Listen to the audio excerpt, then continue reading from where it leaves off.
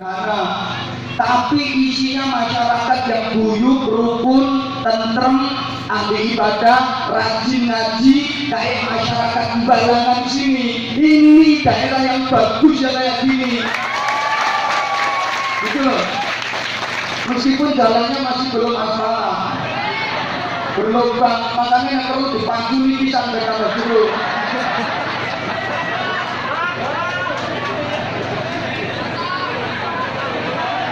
Rumah juga begitu para jamaah. Rumah yang bagus ukurannya bukan dari bangunan fisiknya, gedungnya makro-makro, biaya pembangunannya ratusan juta, bahannya serba kristal, semuanya impor dari luar negeri. Ya mesti masa impor kok beragum. Perabotannya serba VIP eksklusif, seluruh ruangannya ber-AC, nggak kayak ruangmu kan masih AB, angin drobos itu. Rumah yang bagus ukurannya bukan itu, tapi bagusnya rumah itu dinilai dari orang-orang yang tinggal di dalam rumah itu. Rumah sederhana, biaya pembangunannya juga nggak gede amat, perabotan-perabotannya murah-murah, tapi isinya keluarga yang bahagia, harmonis, ahli ibadah, suami soleh, istri solehah, anak-anaknya dzurriyyatan thayyibah. Itu rumah yang bagus. Sebaliknya, rumah itu mewah, megah, kayak rumahnya Deming, tapi isinya keluarga yang berantakan, anak-anaknya pada drop out dari sekolah, gak ada yang mau ngaji, suami istri selalu cekcok berantem tiap hari. Masa suami baru datang, istri langsung nyangat, loh, bedes atau suami gak mau kalah, oh ketek kadang cangkem. Anaknya bener, oh ternyata bapakku bedes, ibuku ketek. Jadi kalau gitu aku ingin ngunyuk. Itu bukan rumah, tapi kebun binatang. Isinya bedes ketek karo ngunyuk. Woi, baju juga sama. Ukuran nilai bagus tidaknya baju itu bukan dari bandrolnya yang mahal, bahannya yang citra kualitas tinggi, kayak yang dipakai Pak Bupati. Sayang aku gak dikasih. Terus modelnya boys, keren, gentle, trendy, bukan. Tapi ukuran bagusnya baju itu dinilai dari orang yang ada di dalam baju itu, yang pakai. Meskipun baju itu berbandrol mahal 90 miliar. Baju apa ya dia? Sekalian bikin contoh biar gak terbantahkan. Terus bahannya luar biasa, modelnya luar biasa. Tapi sorry, yang pakai perempuan nakal, yang bejat moralnya, rusak akhlaknya. Terus jawabannya apa enggak loh? Istilah Indonesianya saya juga nggak ngerti apa. Tapi kalau istilah yang agak ke Inggrisanya saya tahu. Perempuan seperti itu namanya the londe, and the bukenge. Sungguh baju yang sorry mohon maaf Pak Bupati, saya omongannya kasar. Nah, kalau kalian kepingin yang halus silahkan undang pusat dari bangsa halus. Silahkan undang pusat dari bangsa halus. Demi undang-undangnya. Kadang dibilang itu ceramah kok kasar banget. Bagi saya kasar nggak masalah. Yang penting kan laris. Nah kalau laris banyak yang dengerin, ceramah halus di teko 10. Yang 8 ngantuk, yang 2 tidur. Sorry, dan saya siap resiko. Dibilang kasar, paling-paling resikonya nggak diundang lagi ke sini. Nggak apa-apa, cari tempat lain. Baju jadi murah walaupun bandrolnya mahal, karena yang pakai orang yang murahan, betul? Sebaliknya, meskipun baju itu jelek, ikron kualitas rendah, semeter harganya cuma 600 rupiah. Jahitan jarang-jarang banget yang dipakai dari itu jarum karung. Warnanya kontras, dan serasi, atas merah, bawah hijau, kayak kapsul. Tapi yang pakai perempuan solihah, yang ahli ibadah, yang berakhlakul karimah seperti perempuan-perempuan Sumberakun sini.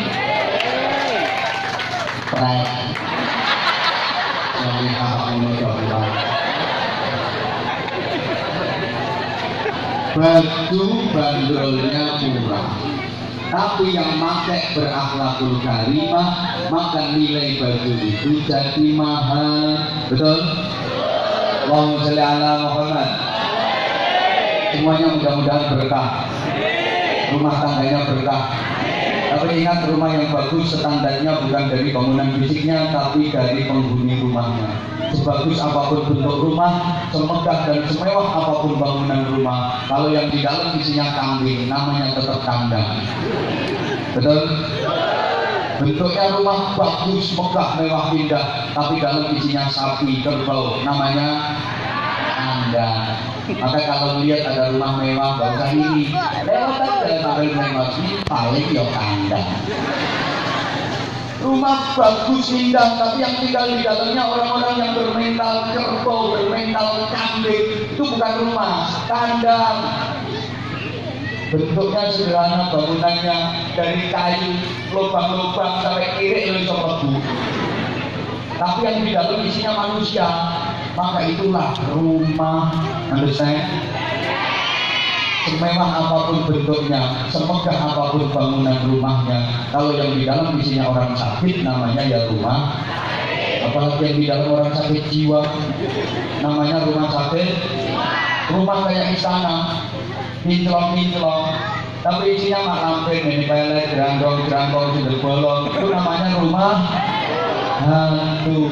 Sebaliknya, meskipun rumah itu kecil, jelek, di tepi sungai, udah reot, hampir rubuh, genteng pada pecah, kalau lagi hujan, banyak yang bocor. Tipenya bukan sekedar RSSS, rumah sangat sederhana sekali. Ini panjang banget tipenya, RSSSSSSSSSSSSS. Rumah sangat sederhana sekali, sampai-sampai sulit cendana, sulit selonjor, sulit cendeklu, sulit cendenan, sesekan selalu. Sulit merangkai kata-kata kayak gini. Merangkai kata-kata kayak gini gak gampang, makanya larang. Nah, rumahnya lo kecil, jelek, tapi isinya keluarga yang harmonis, yang bahagia, yang ahli ibadah. Itulah yang dinamakan rumah tangga, meskipun rumah itu kadang ada tangganya. Maka jemaat sekalian, sukses di dunia ini ukurannya adalah harta dan kedudukan, tapi bahagia itu ukurannya adalah hati. Saya ulang, kenapa harus saya ulang? Karena saya sadar yang saya omongin kelihatannya orang-orang yang kurang begitu cerdas. Yang tersinggung silakan go out, minggato. Saya ulang, sukses di dunia ini memang ukurannya adalah harta dan kedudukan, tapi bahagia itu ukurannya adalah hati. Banyak orang yang sukses secara materi tapi hatinya nggak bahagia. Dia sukses, jabatannya tinggi, hartanya berlimpah ruah, tak terima berlimpah rezeki, berlimpah ruah sak kosone sak sawane, tapi hatinya nggak bahagia. Tinggi jabatannya, kaya raya, mobil mewahnya 7, tapi dia kena stroke. Karena akhirnya nggak bisa menikmati mobil 7 yang naikin sopir-sopirnya, dia sendiri marah, dinaikin kursi roda, didorong di sebelahnya. Apa enaknya kaya kalau model kayak itu? Mohon maaf. Maka sesungguhnya dalam hidup ini yang penting bukan berapa yang kita miliki, tapi berapa yang bisa kita nikmati, untuk kita syukuri dengan cara syukur yang benar. Apa artinya punya segalanya kalau nggak bisa menikmatinya? Percuma. Yang penting bukan apa yang kita dapatkan, tapi apa yang bisa kita rasakan. Halo.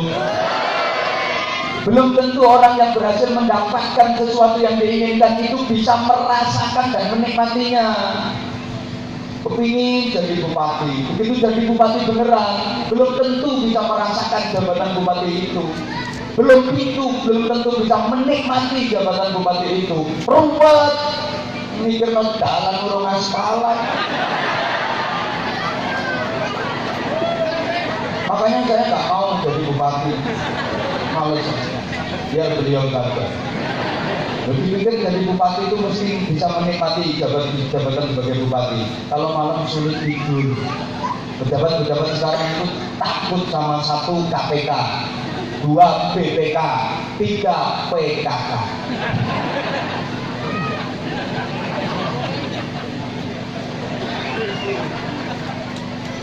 Makanya saya nggak mau jadi bupati. Udah saya kayak gini aja, tak latih, alhamdulillah wis remes. Enaknya lagi ada ustaz, ada kiai dalam satu forum ketemu sama bupati. Itu kiai yang mau di bupati nggak ada undang-undangnya, nggak ada undang-undangnya. Tapi kalau bupati yang mau di kiai wajib hukum. Kalau ingin langgeng jabatannya, kalau ingin langgeng jabatannya. Dan itu sudah terbukti mujarab. Dulu masih wakil bupati, ketemu didoakan bareng-bareng. Yang mau berapa kemarin? Langsung jadi bupati. Sekarang ketemu lagi, kalau nggak nambahin tanggung, nggak lama.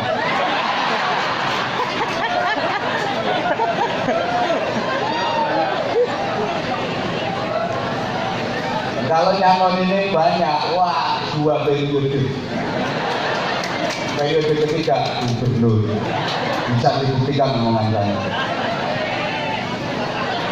Kalau gak nyangoni udun dari RT.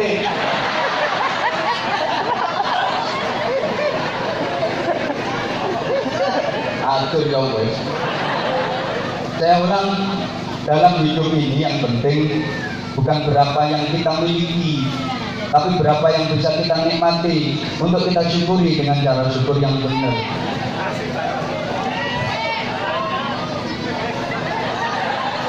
Orang melu nyangoni gak usah cerewet. Apa artinya kita punya segalanya kalau nggak bisa menikmatinya? Halo, percuma kan punya televisi lebar gede 900i tapi mata belek terus. Nggak bisa melihat TV yang gede, mending TV kecil tapi mata sehat, bisa mentelengi setiap saat. Kursi aja harganya 750 juta, tapi pantat bisulen nggak sembuh-sembuh. Bokong mudu terus, percuma kursi mahal. Mending kursi dari bambu, pakune yang serongan dilunggui, bokong kecantol nanti berdarah-darah, tapi sehat. Percuma Pak, punya istri cantik, menarik, ayu, kemerusu, semok, belenok, tapi berdino anyang-anyang.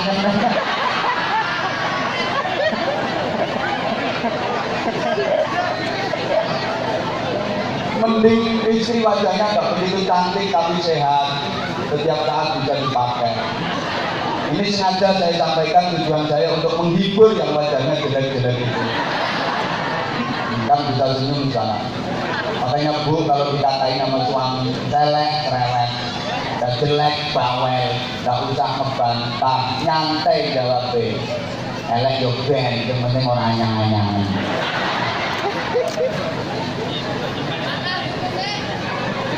Hidup ini jangan hanya sibuk mencari sampai-sampai nggak sempat menikmati. Halo, banyak orang yang hanya sibuk mencari tapi dia sendiri nggak sempat menikmati. Contohnya kayak orang yang sibuk cari makan tapi dia nggak sempat makan sendiri. Ada itu penjual pecel, penjual nasi pecel itu saking sibuknya melayani pembeli, laris pecelnya, tapi dia sendiri nggak sempat makan. Ya pecelnya laris, habis, tapi habis jualan langsung berangkat ke rumah sakit.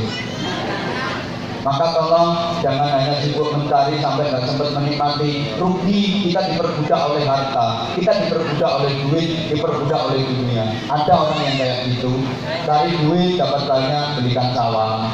Cari duit lagi dapat banyak, beliin sawah. Dia nggak sempat menikmati duitnya. Cari duit lagi dapat banyak, beliin sawah. Sawahnya luas, 30 hektar, dikerjakan sendiri. Lihat orang kayak gitu, lebih bersih sawahnya daripada wajahnya. Sawahnya resik tapi raine rumbuh.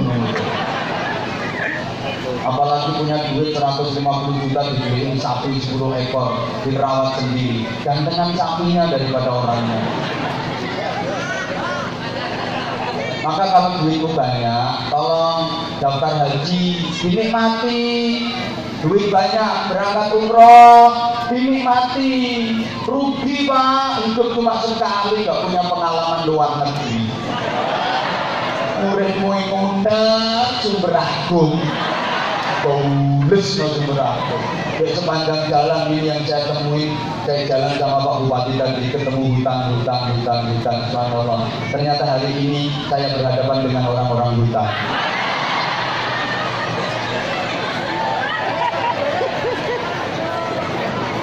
Rugi kan, punya duit banyak nggak bisa menikmati hidup di dunia cuma sekali, duit banyak, nggak punya pengalaman luar negeri, nggak pernah naik pesawat.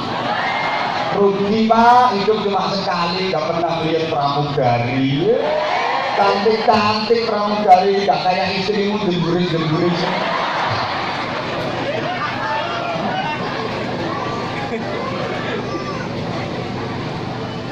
Halo. Bisa dilanjut? Nah, setelah kita bisa menikmati dan mensyukuri, selanjutnya bentuk bersyukur itu qanaah. Syukuri yang kita miliki, nikmati yang ada. Hidup ini akan menjadi anugerah.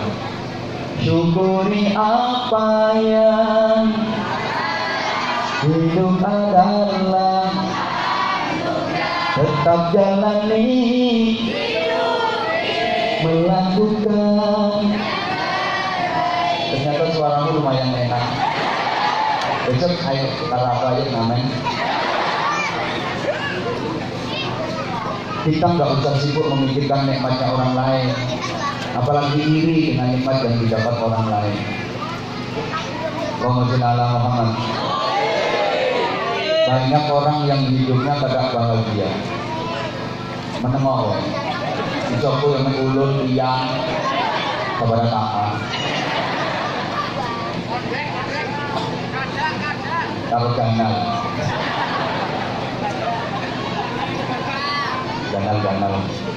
kemana?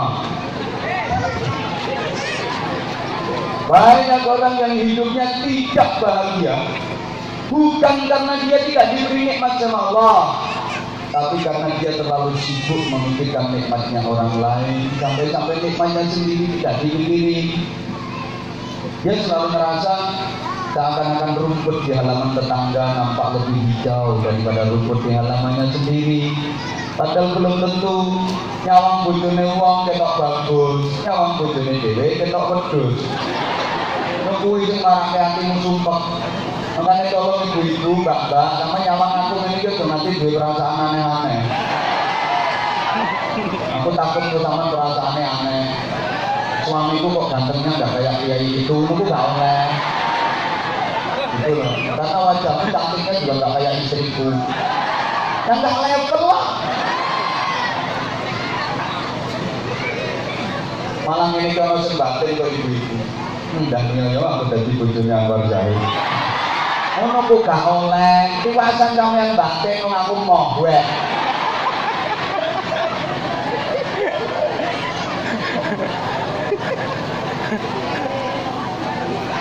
Maka setelah kita bisa menahan seperti itu,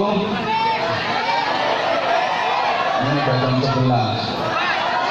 Aku janji sama panitia, pokoknya jam 9 naik, jam setengah 11 turun, langsung dapat ke bandara karena penerbangannya harusnya jam setengah 4. Nanti malam udah harus ke Balikpapan, terus tambah lagi ke Penajam, terus balik lagi ke Balikpapan, terus lagi ke Sangatta. Bayangin, padahal pesawatnya jam setengah 4. Kan nggak terkejar loh. Pak Bupati harus bertanggung jawab bookingin tiket yang jam maghrib.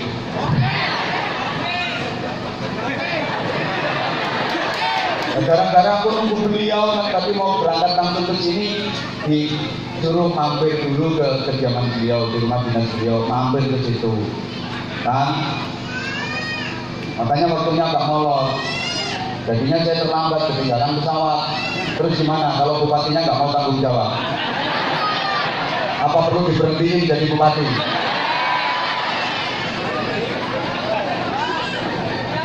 Apalagi ulun datang ke sini kan sebagai bayar utang. Kalau terpilih nanti siap mendatangkan lagi Anwar Zahid. Mesti kudune mahal banget itu. Nah kalau sampai periode habis belum bisa mendatangkan ulun, ayo dituntut nanti di akhirat. Maka nggak rugi bayar mahal itu nggak rugi.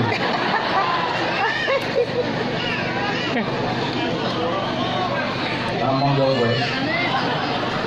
Enggak mungkin lah. Mesti beliau di sini kepingin undang ulun lagi. Mesti kepingin. Tak mungkin nggak kepingin undang. Rata-rata semua pejabat yang udah ulun datangin mesti kepingin undang lagi. Tapi ceramahnya enak sih.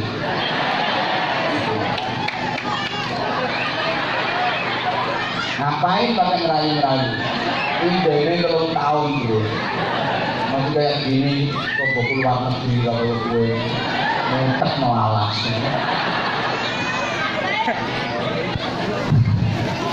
Berikutnya ini sumber daya manusia SDM yang imani. Kita hidup di zaman dimana kita nggak bisa menghindari yang namanya perubahan. Perubahan itu nggak bisa kita hindari. Maka dalam satu sisi hijrah itu bermakna perubahan. Dan perubahan itu satu keniscayaan yang tidak bisa dihindari.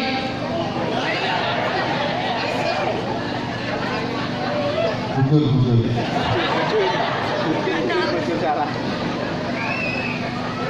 Karena perubahan nggak bisa dihindari, maka kita harus ikhtiar maksimal agar perubahan itu menuju ke arah yang lebih baik. Jangan sampai perubahan itu semakin jelek. Dulu sama sekarang berubah, betul? Segala sesuatunya berubah, mainan aja berubah. Dulu bapak-bapak waktu masih kecil, mainannya apa? Katok. Kalau pengen mobil-mobilan ya dari tanah itu dibel-bel dibentuk mobil, roda juga dari mobil, terus ditusui pakai hiting, ditarik pakai pelepas pisang, terus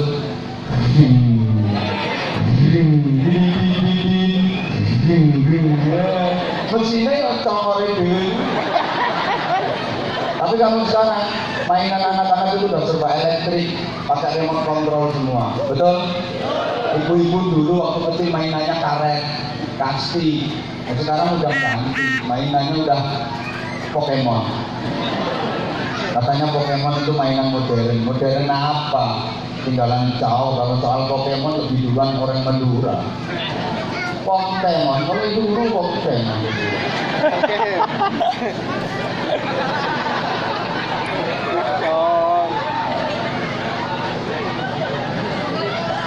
Kata orang tenang ini, dulu nuansa agama betul-betul kental, kontrol sosial betul-betul kuat. Kalau habis maghrib dari rumah-rumah warga itu terdengar suara Al-Quran, orang ngaji.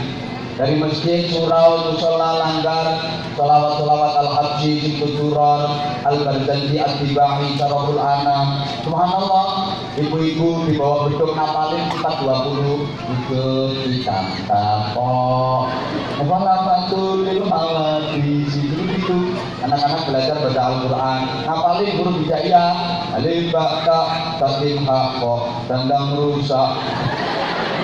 Dal rongga ceng tok ain goi bakal tak minum kamu hakam alif bangga ya alif fathah alif kasroh alif domahu bakat kaba bakat robi bakat mabu alif ya tuban fathah ain lang tuban fathah laf ya domahu I love you too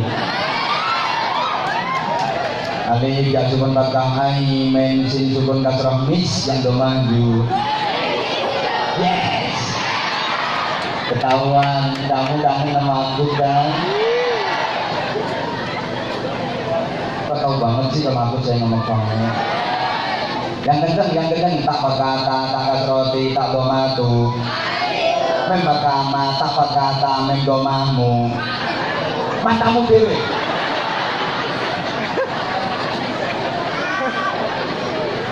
Coba kalau sekarang habis maghrib. Dari rumah-rumah warga itu yang terdengar suara Al-Quran atau suara televisi? Lebih banyak yang ngaji Al-Quran atau lebih banyak yang nonton sinetron? Lebih banyak mana yang cinta Allah sama cinta boy? Cocok.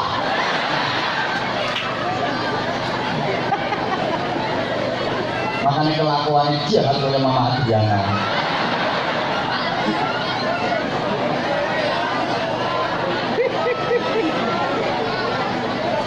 Gak usah guyu mbak, rupamu gak perlu repot. Ya karena gak mau baca Quran, gak dapat barokahnya Al-Quran. Kalau dapat barokahnya boy, nasibku ya boy sok itu, boy nyok. Ya Allah, memang kayak gitu. Maka zaman boleh berubah, tapi iman dan akidah jangan sampai goyah. Setuju? Urusan iman, urusan prinsip, kita harus pakai teori dan filosofinya ikan laut.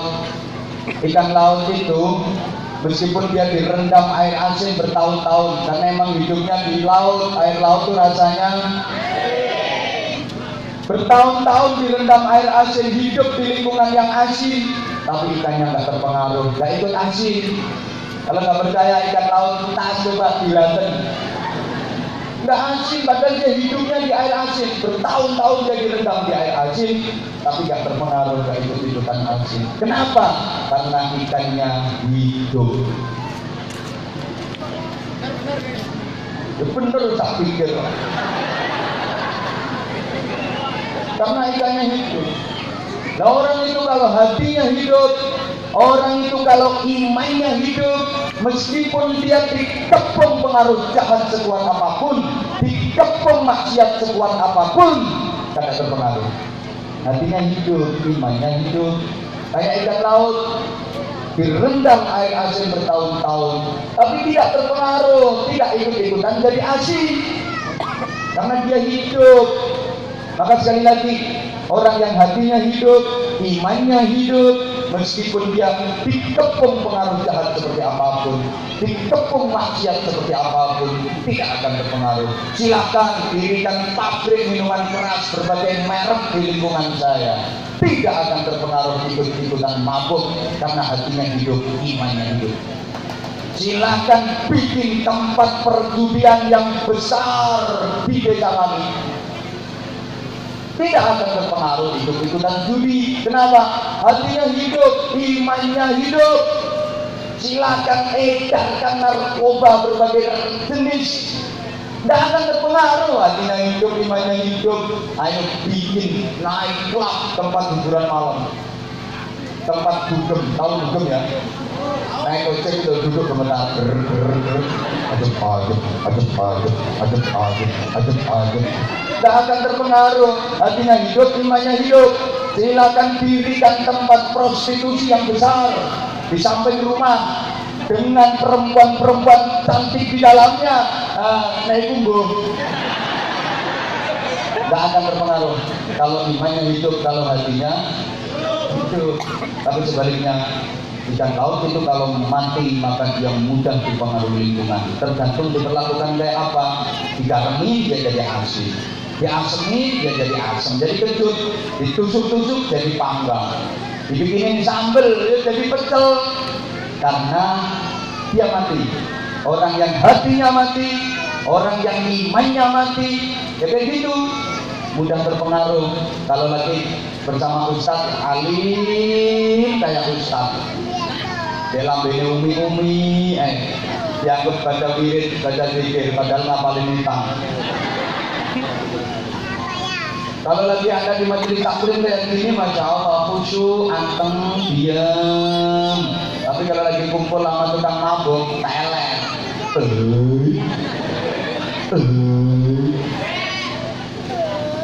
Di majelis taklim kayak kori, tapi di luaran kayak korak. Di majelis taklim jadi orang soleh, tapi di luar jadi salah, karena hatinya mati, imannya mati. Nah, untuk menghidupkan iman, untuk menghidupkan hati, itu caranya pakai apa? Ya pakai ngaji, pakai belajar, melalui majelis-majelis taklim semacam ini, agar hati kita hidup, agar iman kita hidup. Bukankah hidup ini tergantung suasana hati? Halo, bahagia itu tempatnya juga di hati. Bagaimana kita memanage hati, bagaimana suasana hati kita, itulah yang akan menentukan kita ke depan. Nah, untuk menjadi orang yang baik itu nggak mudah, karena ada apa ya, musuh abadi yang selalu menghalang-halangi agar manusia itu tidak sida baik, tidak sidoy, kan tidak sida. Siapa itu? Ya setan. Setan itu selamanya tidak akan pernah rela kalau manusia itu jadi baik. Setan tidak akan pernah rela kalau manusia ini masuk surga. Jadi tujuan utama dari setan itu agar manusia itu tersesat dan masuk neraka jadi temannya setan.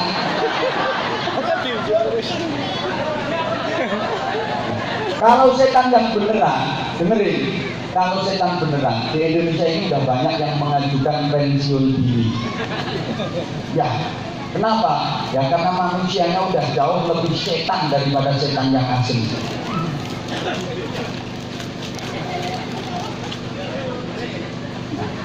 Setan-setan yang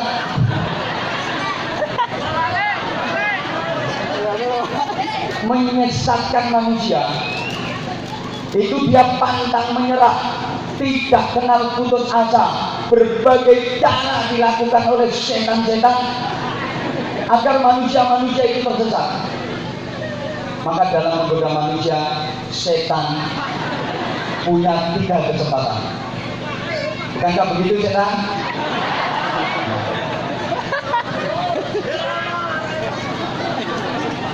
Kesempatan pertama, setan menggoda manusia sebelum manusia beramal. Jadi sebelum manusia beramal ini sudah digoda sama setan, dia gagal dalam beramal.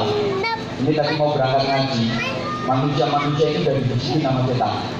Gak usah berangkat ngaji, ngapain pakai ngaji, dengerin Anwar Zahid ngoceh. Gak usah berangkat, gak usah ngaji, gitu. Kalau yang diomongin orang biasa. Tapi kalau yang diomongin ustadz, kiai itu malah sama setan disuruh berangkat ngaji. Kalau kiai malah dibisikin gini, ayo ngaji nanti dapat duit. Setan itu luar biasa. Ini setannya ketawa karena ketahuan, rahasianya ketahuan.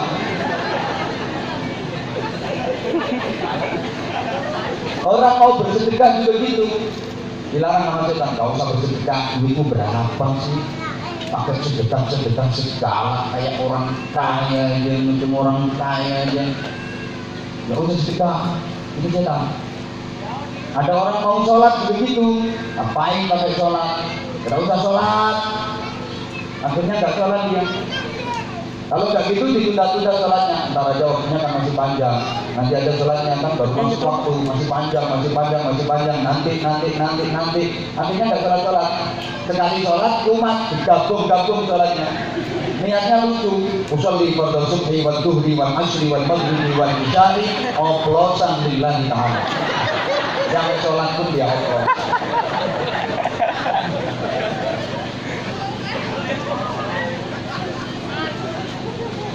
Kesempatan pertama dia gagal, manusia dilarang berangkat